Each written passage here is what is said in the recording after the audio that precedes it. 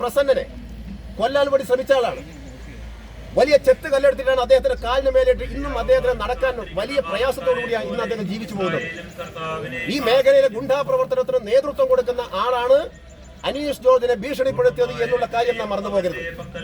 ഇങ്ങനെ ഉള്ള ഒരു സാഹചര്യത്തിൽ BLOമാർക്ക് സ്വതന്ത്രമായി പ്രവർത്തിക്കാൻ പോലും കഴിയാത്തൊരു സാഹചര്യത്തിൽ തെരഞ്ഞെടുപ്പ് കമ്മീഷൻ കാങ്കോർ ആലപ്പുഴ പഞ്ചായത്തിൽ അടിയന്തരമായി ഇടപെടണം.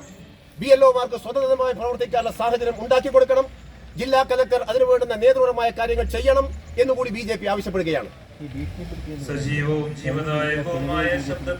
നോക്കൂ,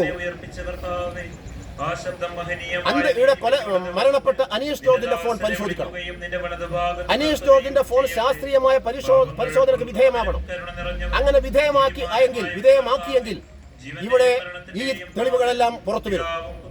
അങ്ങനെ പുറത്തുവരുന്ന സാഹചര്യം ഉണ്ടാക്കേണ്ടത് പോലീസാണ്. പെരിങ്ങോം ഭാഗത്തുള്ള പോലീസിനെ കുറിച്ച് പറയുകയാണെങ്കിൽ CPMന് അടിമപ്പെട്ട് ചെയ്യുന്ന പോലീസാണ്. കഴിഞ്ഞ വിജയദശമി ദിനത്തിൽ RSSന്റെ സാങ്കേതിക നടത്താൻ പോലും അനുവദിക്കാതെ ഞങ്ങളുടെ കൈവശം വെക്കുന്ന സ്ഥലത്ത്, BJPക്കാർ RSSകാർ കൈവശം വെക്കുന്ന സ്ഥലത്ത് അവിടെ പോലും സാങ്കേതിക നടത്താൻ ഇവിടുത്തെ പോലീസ് അധികാരികൾ അനുവദിക്കാത്ത സാഹചര്യമാണ് ഈ പെരിങ്ങോം ഭാഗത്ത്. CPMന്റെ ആജ്ഞാനുവർത്തികളായി പ്രവർത്തിക്കുന്ന പോലീസാണ്. ആ പോലീസിന്റെ ഭാഗത്ത് നീതിപരമായ ഒരു പ്രവർത്തനവും അനീഷ് ജോർജിന്റെ മരണത്തിൽ ഉണ്ടാവില്ല എന്ന് ഞങ്ങൾ ആശങ്കപ്പെടുന്നു. അതുകൊണ്ട് ശാസ്ത്രീയമായ പരിശോധന, അനീഷ് ജോർജിന്റെ ഫോൺ കാര്യത്തിൽ ശാസ്ത്രീയമായ പരിശോധന വിധേയമാക്കണമെന്ന് കൂടി ഞങ്ങൾ BJP ആവശ്യപ്പെടുകയാണ്.